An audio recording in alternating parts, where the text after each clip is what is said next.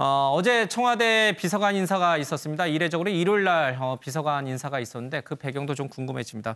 박경미 전 의원이 청와대 교육비서관에 내정됐고 탁현민 씨가 의전 비서관으로 승진해서 임명이 좀 됐습니다. 먼저 박경미 교육비서관의 얘기를 좀 들어보겠습니다. 저는 이런 월광 소나타, 문라이트, 달빛 소나타가 문재인 대통령의 성정을 닮았다고 생각합니다. 3악장은 프레스토. 마치 폭풍이 몰아치듯 빠르고 화려합니다.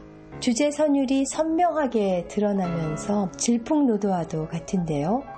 조만간 문재인 정부가 월광 소나타의 3악장에 도달해서 검찰개혁을 완수하고 그동안 조용히 추진하던 정책들이 눈부신 성과를 거둘 수 있기를 기원합니다.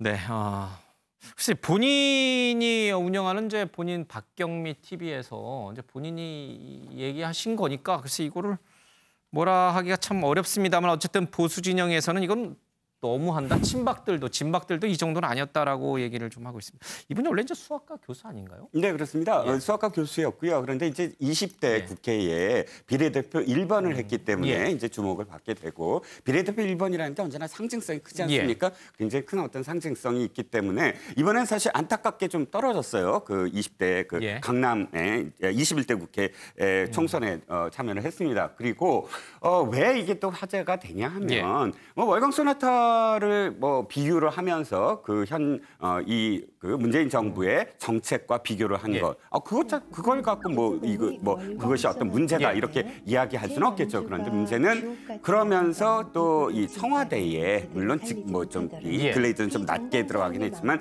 비서관으로 또 발탁이 돼요. 그러니까 이게 화답을 한 게 아니냐. 결과적으로는 뭐 그래서 이제 화제가 되고 있는 것 같습니다. 근데 뭐 사실 이 월광 소나타 때문에 이 청와대에 꼭 입성을 했겠습니까? 그 전문성, 교육비서관이라는 게 상당히 또 지금은 교육이 중요하고 전문성이 있기 때문에 발탁을 했겠는데 다만 화제에 오를 만한 하다라는 생각이 좀 듭니다. 알겠습니다. 국회의원을 했기 때문에 이제 30일까지는 국회의원 임기가 있으니까 현직 의원을 또 비서관에 임명할 수 없으니까 일요일은 어제 이제 전격적으로 비서관 인사를 했다 그런 얘기도 흘러나오긴 합니다. 어쨌든 그럼에도 불구하고 이제 비서관이라는 게 무조건 대통령을 잘 보좌해야 되지만 무조건 예스맨이 비서관은 아니잖아요. 이제 가끔 뭐 정책이라 이런 데 있어서는 쓴소리도 할 줄 알아야 되는데 그런 부분도 좀 기대해 보겠습니다.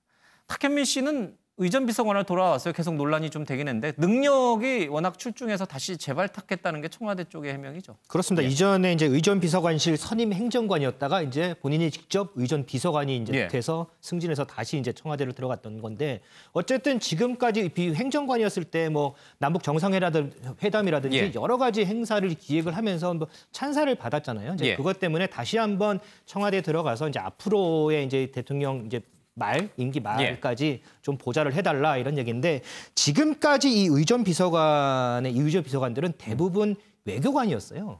의전을 이제 챙겨야 되니까. 그렇습니다. 이제 그러다가 이제 탁 행정관이 이제 비서관이 되면서 들어갔는데 그러면서 뭐 여러 가지 얘기가 나오고 있는데 저희도 저번 주에 다뤘지만 의전 비서관은 의전 잘하면 되지 않습니까? 그래서 이거 가지고 좀 뭐라고 하기에는 좀 그렇지 않느냐 뭐 이런 얘기도 좀 있습니다. 문재인 대통령과 이제 사적으로는 굉장히 가까운 관계로 알고 있어서 뭐 개인적으로는 의전을 잘 하실지 모르겠습니다만은 그래도 청와대 의전 비서관은 이제 외교의 장에서 또 의전하는 것도 굉장히 중요하기 때문에 그 역할도 잘 할 수 있는지 좀 지켜보겠습니다.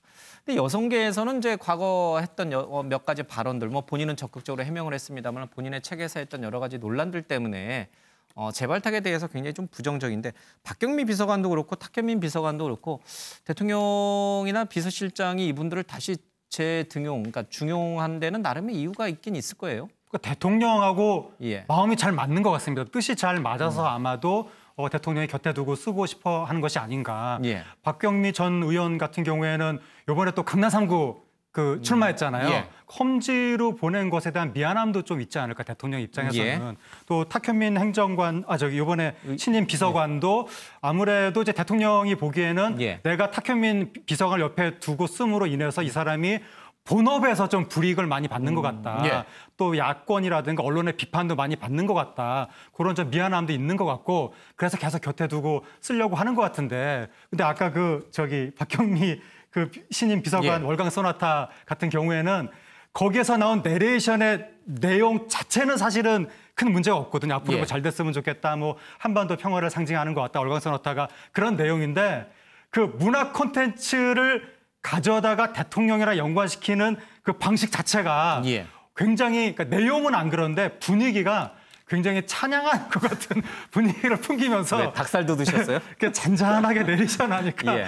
약간 이게 좀 우리나라가 민주국가 아닌 것 같은 느낌도 들기도 하고 사실 내용은 문제가 없지만 그래서 앞으로는 그 내용만 중요한 게 아니라 분위기도 중요하니까 문화 콘텐츠를 그건 뭐 탁 비서관도 마찬가지인데 문화 콘텐츠를 갖다가 너무 대통령한테 이렇게 갖다 대는 이런 건 좀 주의해 주기 바랍니다.